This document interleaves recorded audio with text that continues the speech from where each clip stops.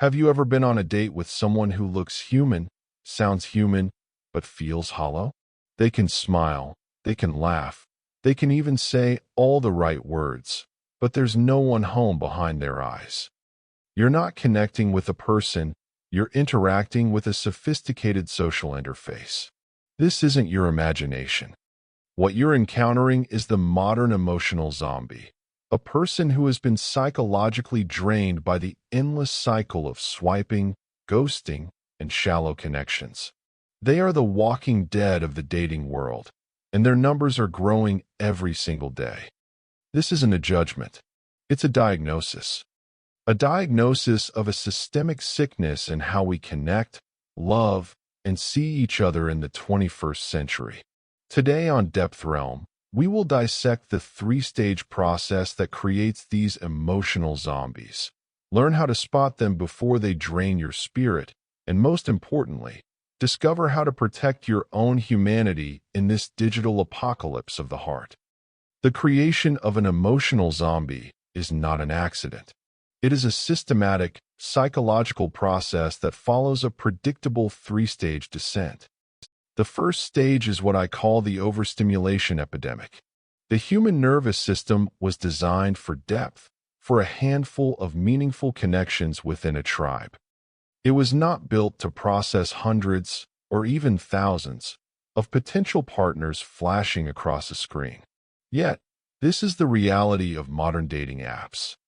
With every swipe, the brain receives a micro-hit of dopamine, the same neurotransmitter associated with reward and addiction. But this reward is empty. It's the promise of connection without the substance. This constant, low-grade stimulation creates a dependency on the novelty of a new face, a new bio, a new potential story. The user becomes addicted to the chase, not the capture. The initial spark of a match becomes more satisfying than the hard work of building a flame. This conditions the brain to seek the easy high of a new conversation rather than investing in the deepening of an existing one. The result is a shortened attention span for people. Humans become content to be consumed, much like the endless scroll of a social media feed. When boredom inevitably sets in, as it does in all real relationships, the zombie doesn't work through it. They simply return to the feed to find a new hit of novelty. This constant cycle of stimulation and abandonment fundamentally rewires the brain's capacity for patience and investment, laying the groundwork for the second, more destructive stage. This is stage 2, the shutdown of emotional vulnerability. After being ghosted, benched, breadcrumbed, and disappointed dozens, sometimes hundreds, of times, the psyche does what any intelligent system would do under constant threat. It builds a fortress. The heart, which is designed to be open and trusting, learns that openness leads to pain. Trust leads to betrayal. Vulnerability leads to exploitation. So, to protect itself from this constant assault, it begins to shut down. The person doesn't make a conscious choice to become cold. Their subconscious mind builds walls as a defense mechanism. This is where the classic zombie traits emerge. You see emotional numbness. They can go through the motions of dating, the dinners, the drinks, the physical intimacy, but they do it from behind a glass wall. You can sense a disconnect between their actions and their internal world. They are playing a role, following a script they've rehearsed many times before. This is often mistaken for cool confidence or being low drama, but it's not peace. It's emptiness. It's the stillness of a battlefield after the fighting is done. Alongside this is the loss of individual distinction. To a zombie, you are not a unique, irreplaceable soul. You are a collection of data points.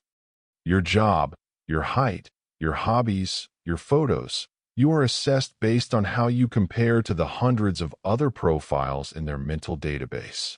They are not connecting with you. They are processing a profile. This is why their conversations can feel generic. Their questions feel like an interview. and their affection feels programmed. They are running a compatibility algorithm, not building a human bond. The final symptom of this stage is a transactional worldview. The zombie begins to see relationships not as a sacred bond, but as a transaction. What are you bringing to the table? Is their mantra. But this question is never about shared values or building a life. It's about what they can extract: status, financial security, entertainment, or a temporary reprieve from loneliness. They keep score. They calculate effort. Generosity is replaced with strategy, and love is replaced with a cold calculus of benefits. This shutdown is a survival tactic, but it ultimately kills the very thing it's trying to protect: their capacity for real connection. This leads to the final, terminal stage of the transformation, the normalization of dysfunction. The zombie doesn't believe they are a zombie. They believe this is how dating is. Their behavior, which is actually a trauma response, becomes their new normal. Ghosting isn't rude. It's just the way it is. Keeping multiple people on the hook isn't dishonest. It's keeping your options open. Emotional unavailability isn't a problem. It's being independent. They create a personal philosophy to justify their own emotional limitations. This is reinforced by their social circle, which is often comprised of other zombies, all validating each other's behavior. They live in an echo chamber that glorifies detachment and pathologizes need. In this world, wanting clarity is needy. Expecting consistency is controlling. And desiring a committed, monogamous relationship is outdated. They use the language of therapy and self-care. I'm protecting my energy. I'm setting boundaries, as a shield to avoid ever having to be truly vulnerable or accountable to another person. Their entire reality is structured to avoid one thing: the risk of real, messy, unpredictable, and potentially painful human love. They have traded the glorious, terrifying uncertainty of a real heart for the cold, predictable safety of a digital grave. So how do you spot them? How do you identify an emotional zombie before you've invested your time, your heart, and your soul? The signs are subtle but unmistakable once you know what to look for. The first and most telling sign is the chameleon effect. They have no authentic, core self that they present to you. Instead, they mirror you perfectly. Your values suddenly become their values. Your hobbies spark a sudden, intense interest in them. It feels like you found your perfect match, but it's too perfect. This isn't compatibility, it's a tactic. They are reflecting you back at yourself to create a false sense of intimacy and secure your attachment, all while revealing nothing of their true selves. Second, listen for the ghost of relationships past. They speak about their exes and past dating experiences with a detached, clinical cynicism. Everyone else was the problem. Every past partner was toxic, crazy, or needy. They are the perpetual victim in a world of villains. They show no capacity for self-reflection or ownership of their part in the dynamic. This is a major red flag, indicating a person who learns nothing and repeats everything. Third, observe their relationship to time and promise. They live entirely in the present moment with you, with no vision for a shared future. They avoid any conversation about us next month, let alone next year. They make vague, non-committal promises that never materialize. "We should do that someday" becomes their mantra. A real, living human being builds a shared narrative with you. A zombie offers only a perpetual, ambiguous now. Fourth, and most crucially, is the consistency test. A zombie's interest level is wildly inconsistent. They can be intensely engaged and affectionate one day, and distant and cold the next. This isn't the normal ebb and flow of life. This is the behavior of someone who is only available when it's convenient for them, or when they need a fresh hit of validation. Their attention is sporadic because you are not a priority, you are an option. When you start to feel like you're on an emotional roller coaster for no apparent reason, you are likely dealing with a zombie. Now, the most important question: how do you protect yourself? The first rule is do not try to be their savior. Your love, your patience, your understanding will not cure them. You cannot kiss a zombie back to humanity. The more you give, the more they will drain you, until you risk becoming a hollowed-out version of yourself. The second rule is trust actions, not words. A zombie's words are often beautiful, poetic even, but their actions will always tell the true story. Watch what they do. Do they make concrete plans and keep them? Do they follow through on their promises?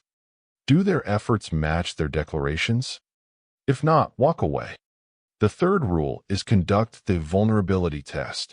Early on, share a small, minor personal insecurity or a dream you're hesitant about. A living, emotionally available human will respond with empathy and perhaps share something in return. A zombie will either dismiss it, ignore it, or use it as a point of evaluation. They cannot handle real vulnerability because they have surgically removed it from their own operating system. The modern dating world is a battlefield, and emotional zombies are its most tragic casualties. But you do not have to become one of them. The antidote is conscious, deliberate connection. It is choosing to be a living, breathing, feeling human in a world that encourages numbness. It means swiping less and talking more. It means valuing depth over breadth. It means having the courage to be vulnerable, even when you've been hurt before. Your mission is not to navigate the apocalypse. It is to build sanctuaries of genuine connection within it. Protect your energy. Guard your heart. And never, ever apologize for wanting a love that is truly, deeply human. This has been DepthRealm. See the pattern. Protect your energy.